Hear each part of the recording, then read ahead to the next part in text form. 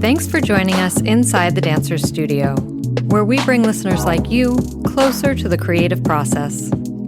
Inside the Dancer's Studio is a program of the National Center for Choreography in Akron, Ohio.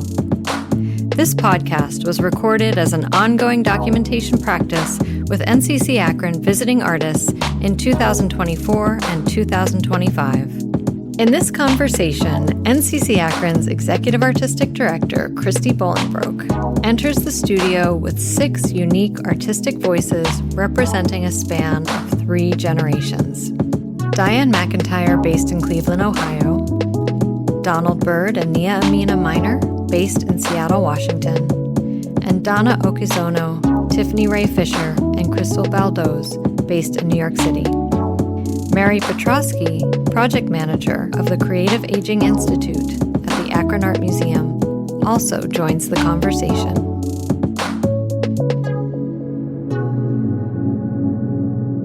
Dancing labs are built on the premise of rigorous play and positive failure. And this particular lab is about intergenerational exchange. It is something that is not just happening in the dance field, but in the workforce today. There's an estimated 5 generations of labor in today's workforce in the U.S. In this podcast alone for season 6, we will represent 7 generations of dance makers. For the first time ever, we have the privilege of aging. We have people making dances longer than they ever were before. Particularly in the 60s, 70s, and 80s, those trailblazers were making it up as they went along, and they couldn't Google an answer. Today, they're still trailblazing as they're making dances in the 55 and better era. And so we're very excited to welcome artists who've been having these conversations. But before we do, I'm especially excited to welcome Mary Petroski from the Creative Aging Institute at the Akron Art Museum to help us set the tone a little bit and understand what is creative aging. What the Creative Aging Institute at the Akron Art Museum is, it's solely a space where we are going to support creativity in folks who are 55 and better. We are going to be adventurous. We are going to help people continue to express themselves and evolve. The people that I work with are living proof that there's no expiration date for your creativity. April 16th, I can't be creative anymore. I guess I better go home. No. Creativity doesn't have an age limit. There's no limit to it. And I get to be that person that holds space for people as they experiment. Maybe they've never cast aluminum to create a sculpture. Maybe they never thought of themselves who might be the person to create a graffiti street art piece. And those are all workshops that we have been able to host for our participants in Summit County and beyond. What especially resonated with me was not just seeing the creativity knows no age, but also understanding how closely ageism and ableism can be quite intertwined. And that's where I felt that dance brings a sort of special hyper awareness of that, right? We're speaking from the body first and foremost. How did you find your way in getting to do this work? I have been working in senior housing and senior living for many years. I have an art background, a communication design background, and art history background. So when I saw this opportunity at the Akron Art Museum, I thought, this is me. I'm going to be able to blend these 2 areas, and it's just been amazing. What have you learned so far? You've been running it for a couple of years now. I know we had a conversation about unlearning some habits, particularly the stigma that's associated with aging? I just made a decision at the beginning. There is no one at any age that wants to do something that's boring. You want to explore. You want to evolve. You want to keep on going forward no matter where you are in your life, right? But I guess that has not been obvious. And so I just said, we're going to adventure just as we would adventure with any other demographic that we want to invite into the museum. Are you going to tell me that somebody who's 65 years old isn't angry about something that's going on in the world and doesn't maybe want to make a mural and do it out on the street? No, I don't believe that. I think we are all trying to go forward every day, no matter where we are in the journey. Aging is the one thing we have in common. Regardless of how many years young you are, we're all actively aging right now.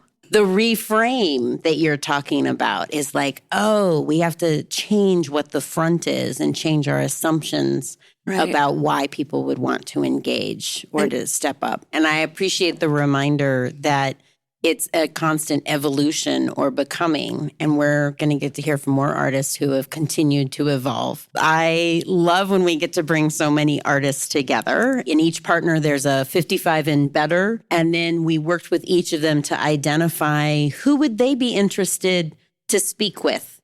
This was not by design a mentor-mentee relationship, but one of reciprocity. Tiffany, would you like to grab the microphone and you can start? My name is Tiffany Rea-Fisher. I am a choreographer based in Harlem, New York. I also spend half of my time in the Adirondack Park, which is the northern part of New York State, as the director of the Adirondack Diversity Initiative. We were asked to kind of give some highlights. I want to be very clear that this moment is one of the highlights, because I found out just randomly, I got an email that Dianne McIntyre knew who I was. And I freaked out. I fully freaked out. I called my mom. I was like, oh my God. I was in the middle of my own performance and had to excuse myself. I lost it, which was just so wonderful. I had been a fan of Dianne's for some time. So to know that she knew me, and more so than that, was inviting me to this opportunity was really fantastic. I think earlier in my career, I was on a mixed bill. We were touring Europe, and I was on a mixed bill in Luxembourg, and the Duke and Duchess of Luxembourg were there. And they asked specifically of who the choreographer of this one piece was. And I got to go back and I got a tutorial on how to bow and how to not make eye contact and things like that with them. But that was the first time that I was like, oh, okay. I had heard tale of things like this happening. It was really, truly incredible. A couple of years ago, I got to create a ballet for Dance Theater of Harlem. And I am a modern dance choreographer who really is always, I've taken ballet, I did point, I did all of it, but I knew that wasn't my calling. But to be asked by Virginia Johnson to come into her space was such a gift. And it was a 6-week moment that, because of COVID, turned into a 3-year moment. And I got to premiere that piece. My season is coming up at the end of May. And I'm starting to think about my choreography different. And I'm starting to think of the longevity of it and how to create for a cast that maybe is going to learn this 10, 15, 20 years from now. And that's just a new thought. So I'm excited to go on that journey of what dance making for me looks like as I think about the preservation of it. And I'm a mom of a beautiful little girl, Kaya. Kristel, would you like to introduce yourself next? Hi, my name is Kristel Baldoz. I am based in Queens, in New York, similar to Tiffany. I am from Delano, California, so I'm from near Bakersfield. And I think that's an important fact because it does establish why I make work. I'm a daughter of immigrants from Philippines, and my father worked in the fields picking grapes. And I think that action that I've learned from a very young age was what has haunted me and my artistic practice. Repetitive, monotonous, movement that I'm kind of obsessed with. And it is something that really informs the work that I do now artistically, even though it's not about the Philippines or Delano or the fields. And I am really interested. I'm a multidisciplinary artist, so I work across dance, performance, and ceramics, which is also something that I do in my performances. Those practices inform my dances, where I usually make like arrangements. What I like to say is arrangements between bodies and objects. And one of the pieces that I think is a great example of that is a piece I created during my Fresh Tracks residency with New York Live Arts. It's called Yellow Fever. And I made a ceramic wig that I wear at one point. And I'm thinking about how objects have personhood and how people are seen as objects at the same time. And what does that look like through this hyper-identification of the blending of these identities? Nia-Amina, would you like to introduce yourself? Hi, I'm Nia-Amina Minor, born and raised in Los Angeles, California, and I am based in Seattle, Washington now. I'm a movement artist, a choreographer, curator. I do a little bit of art writing. I do a little bit of dramaturgy. I do a little bit of a lot of things, a teacher. And I think that is a highlight right now for me, is that I'm able to kind of spread all of the things that interest me into all of these different pockets. What I'm excited about moving forward is to find spaces or a space where I can show up as wholly myself and bring all these things in. But for now, a highlight is that I'm able to sustain myself by doing all of these things. I also have an extensive performance career. So a highlight was dancing with Spectrum Dance Theater under the direction of Donald Byrd, and then moving on and working independently with amazing artists. I think largely the focus on collaboration has been a seed that is definitely starting to blossom, looking for spaces where I can come together or bring folks together to develop a sense of collective visioning around movement practice and around choreography and around multidisciplinary arts. So I was able to do that maybe a year ago with a project called A Practice of Return. And that was a practice, developing a practice through collective visioning around returning to something in history in order to create new responses to it now. Sort of looking for the gaps in the archive and responding to those gaps, if not to bring more fullness to them, maybe add more flavor, not to reenact or recreate, but only to see what we can see and move forward. So I like to think of time in this sort of nonlinear, circular, multidimensional way, and that's certainly been a highlight. Another highlight, obviously, is being here and also learning about all these intersections in folks' histories and careers. I continue to be surprised when I walk into a room of artists and know that we're all maybe 0.5 degrees of separation away from each other. All it takes is one conversation, one name, and then the cascading of information comes out. It's been like such a pleasure. Mr. Byrd, I invite you to introduce yourself. Hi, I'm Donald Byrd. I am a choreographer and a director, and I live in Seattle, Washington, and I'm the artistic director of Spectrum Dance Theater. As I was listening, the age thing. So I'm over 7 decades old. Okay. And so I have a lot of highlights. How do I choose?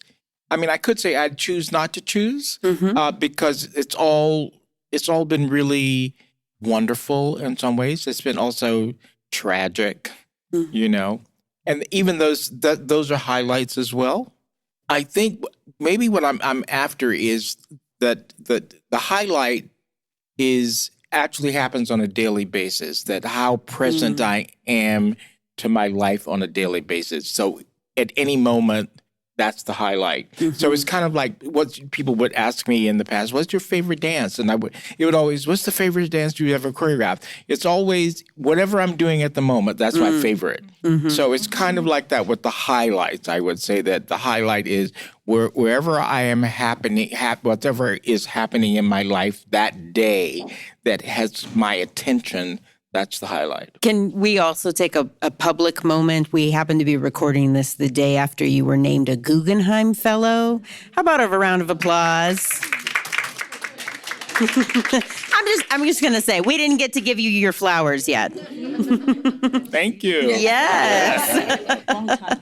Long time coming. Yes. Donna, would you like to introduce yourself, please? Sure. My name is Donna Uchizono, and I ask, if you were to dedicate a dance to someone, who would that person be? I will say probably my highlights in my life are that I'm still doing this in this continued body. I have a couple of pieces that people really love, and we just did one of them. And I was very humbled by the response. I mean, it was kind of amazing. Some people came 3 times to see it. This was part of the Dance Space Project's 50th anniversary. And I was born in a U.S. Army base. I'm raised in California. Someone asked what generation I am. I'm 3rd generation Japanese American. And I think that when I think about highlights, just being recognized for what I do is such a highlight. Then also being recognized, here I was a dancer with no turnout, and Mikhail Baryshnikov asked me to make a piece on him, and then I was able to do something for Oliver Sacks's, I think it was his 60th birthday, and I got to work with David Hammonds, and so those. But I think the highlight is actually all of the dancers that I've worked with, because I think they are the giantesses and giants of our world, and that's quite a highlight. I am known for making set work since 2016. I also have a thing what I call dedication practice, and it's been developing, and I'm developing a pedagogy around it, and it's in one of its form is I ask, if you were to dedicate a dance to someone, who would that person be? We go and talk for maybe about 10 minutes. You maybe pick a song that you would like played, and then I create a dance on the spot for that person that you would like to dedicate a dance to. I don't know what music is going to be played because you tell the person. And so that's something that is another highlight that I have been really excited about. So beautiful, and like an accumulation of experiences and interactions. You can see why I'm like an embarrassment of riches, and we're not done yet. Miss Dianne, would you please introduce yourself? My name is Dianne McIntyre, originally from Cleveland, Ohio. Lived many years in New York City with my dance company and dance studio, Sounds in Motion. And I lived here in Cleveland, and I've been here since 2003. In Cleveland, I had a lot of nurturing in my dance classes, Elaine Gibbs Redmond, and I also was a scholarship student with the Cleveland Modern Dance Association from when I was maybe 11 years old. And I got to take classes and see performances by our major dance figures, modern dance figures, Cleveland Modern Dancers. Okay, major modern dance. So I had a lot of nurturing here in Cleveland.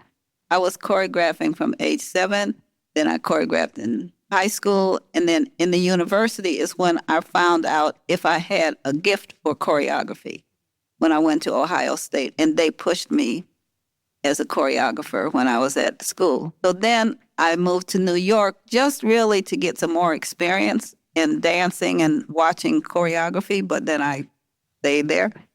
What happened was that I had another mentor named Louise Roberts. She was the head of Clark Center for the Performing Arts. So I said, Louise, I've always choreographed. I did a short solo, which was just me the year before. I said, I want to do a group piece. I want to do a piece. I want to do a concert because I like choreographing for people. She said, well, put up a notice and people will come to your audition. I said, but I'm brand new. They don't even know what I do. Why will they come? She said, because this was in 1972. She said, the people will come to your audition because they're hungry to dance. I said, okay. So I put up a notice and people came. She said, just be clear about it. Do they get any money? When's it going to be? So I did a piece at the Cubiculo. It was a small theater, mostly for theater and dance, 51st near 8th Avenue. So after I did the concert, somebody came up to me and said, wow, you can, and I shared it with somebody because I didn't have a whole evening. Somebody said, wow, you could actually start a company. You could be a company. And when you have a company, you could get money. You could write up grants to get money to pay people more. I'm like, so I'll tell you what my experience was when I was a teenager, whatever. I saw pictures of Paul Taylor, other dance companies, dance leaders. I said, I want to do that. The reason I went into it was because I was naive. Somehow I looked in a telephone book or something. Somebody told me about a person with the Association of American Modern Dance Companies. I was very bold then. I called up. I said, I want to talk to you about how do I create a dance company. So I had a meeting with him. He said, you do A, B, C, D, and you get a lawyer, and he will incorporate you. And here's the name of the lawyer, and da-da-da. It was just like, yes, I just love the choreograph. I want to have a company. And the reason I picked Paul Taylor because he did very unique work, but had a big following. So I didn't know up ahead it's going to be like very hard. So in my innocence, I started my company. I've had many highlights. One was I've worked in theater, been very fortunate to work in the professional theater world. So I created a piece called I Could Stop on a Dime and Get 10 Cents Change. This was a piece about my father, when you say dedicated. So I interviewed my father. He was a great storyteller. And then I created a dance drama where the people had to be able to speak and dance and sing. And we created this piece. Everybody spoke my father's words and did movement that I felt was inside of him. It was done in different parts of the country, and every place the people applauded him. He said, you made a piece about me. I didn't even do anything. Not do anything. I said, yes, you are a hero because you are just like the people around this country that work very hard to make sure their family has everything they need and also the community has everything. That's you, Daddy. You are a hero. And he became a hero in Cleveland. He was on TV. They did interviews with him and all. That made my heart just fly. That's a little about me. Tiffany has established her dance company in Harlem. That's where I had my dance company so many years ago. She also works with themes that have to do with the culture. Some of them have to do with culture of African-American individuals, and not all. It's not all of what she does. That's like me too. Okay, and also she works in theater as well. So for me, hearing her, meeting with her for the first time and hearing her energy, and she's doing this and she's doing that, and we have to do this and we have to do that, and everything is my dancers, and she's going here and she's going there. I'm like, whoa. So it wasn't just that technically she was doing some things in the same location, but hearing her made me remember my energy at her age. I said, nothing would stop me. There's a reminder of yourself. Nothing would stop me. Mm-hmm. Yes, thank you. Yeah, Tiffany's turn. Perfect handoff. And I think for me, it was this light bulb that came out, and that I didn't have to do this myself, that there was someone that had done this. There was a place that I could go to for answers. I think throughout my life, misunderstood a lot of times because I saw things that I was like, no, that does connect to this, and this can be with that. And you can have your cake and eat it too and grab off of someone else's plate. You can have all of these things. And, I always felt like I was misunderstood until I had this conversation, and the clarity and the confidence that Miss Dianne gave me of like, no, you got it. Mm-hmm. And when I look at what she's been able to do, I'm like, you can do it. This is not theory. It's already been done in practice, and it's been done beautifully with grace, So that was very helpful. And anytime I feel kind of doubtful, or it's like, no, girl, let's go. Mm-hmm. You got it. You can do it, So that has been really helpful. And in our kind of like application essays, I had said that choreography can be really can work in a silo and it can be very lonely. It can be a very lonely place. So to know that someone has done this, and so now I have Miss Dianne in the studio with me on my shoulder. You know, even though I'm in New York and she's in Cleveland, I have her there being able to like, you know, push it forward, knowing that this is not brand new. And in the best way, you're not special. You're in a continuum, which is really wonderful. And vice versa, I think. Yeah, I hope so. Yeah, but that was our very first conversation. We literally just talked about the block because we also lived 2 blocks away from each other in Harlem. Like, so we were just talking about the new construction and when this Whole Foods came in, and like it was such a wonderful. We walked, literally had the same like commute to our studio. I mean, it was really a very wild. It was wild how similar our lives were, our thought process were, and then the actual physical geography of where we were within not only New York, but Harlem in particular. Yeah, it's finding a new old friend from the neighborhood. Yes, exactly. Exactly. Yeah. Amazing. Kristel and Donna, you've each entered this field at different times. What have you noticed hearing from each other's perspectives? How is it the same? How is it different? Well, I think, first of all, I want to really thank NCCAkron because I have this very horrible and sad distinction of being the first and only American-born choreographer of Asian ancestry to have received cumulative national awards and recognition across the nation rather than local areas, and also to have toured a dance company both nationally and internationally. And that spent me spinning into a deep depression for about a year. As it kind of came out of this depression of what has been my experience of not having mentors like me, I also looked and saw that most of the funding and presentation of work, except for me, has been for Asian-born choreographers rather than American. And so I've been talking to many people behind the scenes because I want all Asian choreographers to be funded, but I want more of a balanced and equitable distribution of the funding and presentation. So I asked NCCAkron if the people that we're looking at, if they could all be American-born Asian choreographers. And so it has been just remarkable. Talking with Kristel, we don't feel so alone. Both of us, our work isn't about our racial identity. I mean, and even though our identity will always be in there, it's no way of getting around that. It's the body. And so I think for me, the common thing was like talking about like expectations of who we are as choreographers and artists, and just the tired. What I said in today, that tired of like, no, where are you really from? Seriously, where are you really from? I'm like, California? No, where are your parents from? California?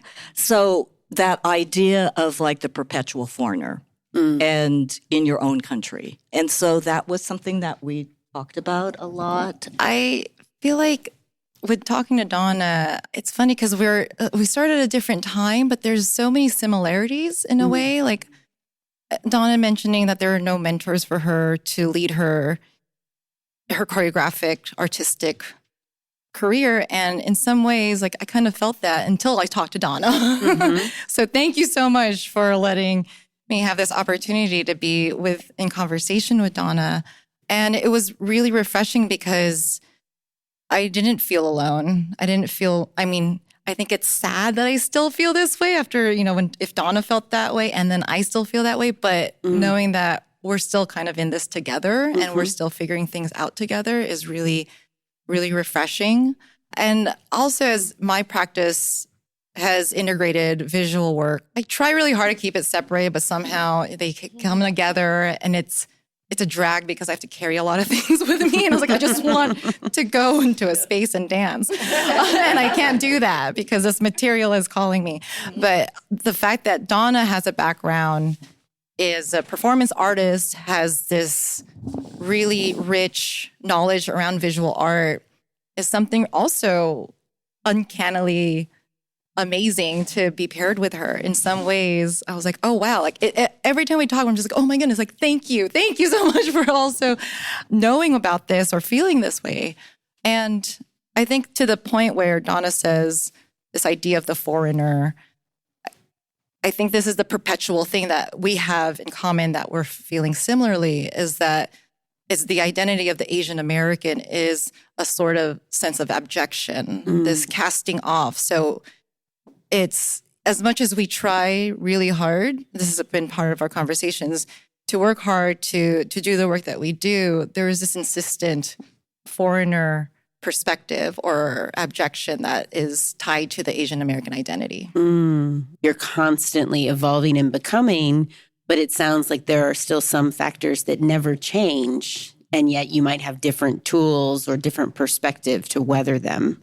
To hear from Donald and Nia-Amina, so you had a prior working relationship. Nia had performed with Spectrum. So I'm curious, what has come up for each of you in this process as far as like, where does the relationship go with a different invitation? Has it deepened? Has it expanded? How would you describe it? How would I describe it? I think my relationship with Nia, and I'm grateful for this, to have this opportunity to kind of engage with Nia this way, because, you know, when you work with people, especially choreographers and dancers, that is a complex dynamic. When she took the last couple of days of my workshop in Seattle, I was very taken by her how she approached the physicality. I could tell, or I thought I could tell, that there was a mind behind what she was doing. It wasn't just the body doing it or replicating it. It was something else going on that I was really drawn to. And it was a kind of independence that I really liked, but also it unnerved me. Because even though I think of myself as, I mean, I've been evolving, and but still, the kind of classic choreographer-dancer relationship, just do what I want you to do. You know, shut up and dance. and that, Yeah, you'll get your time too. Yeah. and that's impossible for her. You know? And that's also what I appreciate about her, is that that's impossible for her. If I got to choose the person who would succeed me at Spectrum, it would be Nia. Oh, now it's on the record. Did I say that before? I mean, we had a conversation, but now. Yeah. I mean, it was something. Yeah. But that's who I would choose. I mean, for a lot of reasons, you know, for a lot of reasons. So I think this process has been, in some ways, really terrific in terms of that I feel sure about that decision. I don't know if that's something that Nia wants. You don't have to decide today, but we are definitely going to want to hear. I think, I don't know what our conversations have been like, actually. You know, I think I'm just so used to talking to Nia. Over the course of my career, I've had various kinds of muses. And Nia is a kind of muse for me. And it's not just her physicality as a muse, but her mind, how she thinks of herself as a part of community is a lesson. I'm curious to hear, Nia, how would you reflect on what this opportunity has sort of added to or contributed to your relationship with Donald? I came to work with the company at an older age. I was 26, 27. So I was already, I had done work. I know. I mean, relative to what was normalized. Yes. Talk about ageism. Yeah. Yeah. And I think we know. And you had master's degrees. Right? And Yeah. I think we know. I mean, I should have said, it may be in a different way, but I think we know. If you've seen Mr. Byrd's work, then you know what I'm talking about. Yes. Okay. Yes. So, I was already doing the calculations because in my mind, I was thinking, well, my goal is to be, dancing into my 90s. My goal is, to be doing Carmen de Lavala. You know what I mean? Yes. And so there's a way I need to pace myself and also make sure that I'm clear about, what I can do, what I can't do, my boundaries. And, so sometimes we would volley in the studio. He'd say something, I'd respond back, and then it'd go back and forth. And I think there was always a respect for my independence and my voice. And, I recognized that pretty immediately. But it was also a rigorous working relationship, which is something that I desired. So upon leaving, I expected it to continue, even though I wasn't working with the company anymore. In fact, I wanted it to become something different and to grow in healthy ways. Because I think the working relationship, whether you're working for somebody, working with someone, collaborations, that a lot can come up. You know what I'm saying? And so one of my values is on maintaining relationships. And I think particularly in the world we're living in, how are you maintaining relationships through it all? Through a pandemic, through global crises, through internal individual crises. And so that was what I expected. I wouldn't call it the mentor-mentee relationship, but it's an important relationship inside the community of dance that I have. And I'd like to maintain those. I think also working with someone, on a short-term project or even in a company for a few years, when you leave that situation, sometimes relationships can fizzle. Not that you're not in connection, but the experience performing and working and creating is so deep that then when you leave that, it sometimes doesn't maintain the same, sort of intimacy. And so I expected it to continue. I'm like, I'm still in Seattle, so what's up? Yes. And like Donald said, he has this way of pulling me in, whether for conversation or just, come and watch this rehearsal. And those have always been welcome invitations. I'm curious if having this longevity of a career and still making work today, is it what you thought it was? I'd really like to say something about that. Because when I was first in New York, I was dancing in New York, and then I went to California with Gus's company, Gus Solomon Jr.'s company at Cal Arts. And then when I went back to New York was not what I left a couple of years before. Even in that short time. In that short amount of time. And when I say to people, it was 1976 I went with Gus, 76, 77. And so there was no such thing as a career in dance. I didn't, if you wanted to dance, you danced, and then you had some job or something that you did. And so it was really about the dancing. If you're doing it, it's about your love and commitment to that. So I come back to New York, and then suddenly I hear people talking about careers in dance.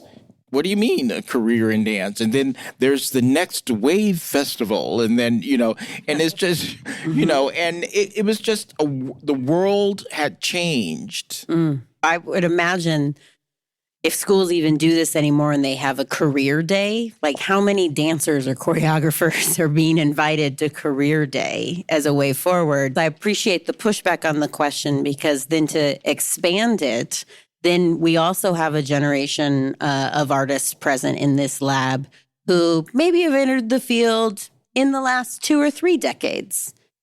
You were able to Google some things. Maybe you had heard from other, mentors, faculty, teachers in schools about how hard it is, and yet you did this anyways. We all knew it was hard, and we still did it anyway. Yes. And I think that's the important something about a characteristic of dancers, of artists, is to do it anyway, even though it might be it is foolish. It's foolhardy at any rate. I love that. It's a good reminder, because I think sometimes we get pulled or distracted in the comparison of what our dance civilian friends, family members, and colleagues are doing, or what their definition of success is. And so that's why I'm fascinated.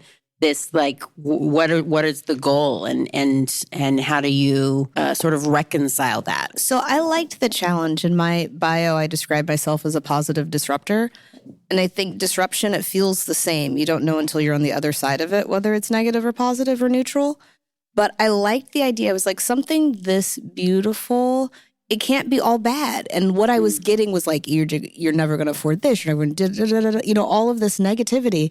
And I was like, I I don't believe that, because when we think of art, there's a lot of artists that do just fine for themselves. So I'm like, it became then my goal to live the life that I envisioned for myself solely through my art. And I think that speaks a little bit to kind of my way of being. I use kind of joy and rigor as an act of resistance. And in places where it's like not built for me or meant for me or made for me to succeed, I'm like, oh no, I am going to do that. And I'm going to do it with joy, and it's going to be amazing.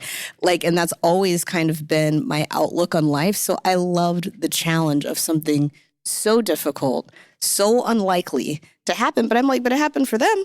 Yeah, I saw it. And I some saw of the it beauty is in that challenge and the daily joy that you referenced to, That's Donald. it. You have to be in love with the work. If you're not in love with the work, it's a wrap. Walk away immediately. You know, but if you're in love with the work, it can be a joyous, beautiful thing. And that is also a good reminder about how we cultivate those relationships, how we navigate, what we look for that's not always a means to an end. Right. Yes. Inside the Dancers Studio Conversation Series is produced by NCCAkron and supported in part by the University of Akron, the University of Akron Foundation, the Mary Schiller Myers Lecture Series in the Arts, and Audio-Technica, a global audio manufacturer with U.S. headquarters in Northeast Ohio. Our podcast program is produced by Lisa Niedermeyer of Handmade Future Studio. Rahsaan Cruz is our audio engineer, with transcription by Arushi Singh, theme music by Flaco Torres, and cover art by Micah Kraus.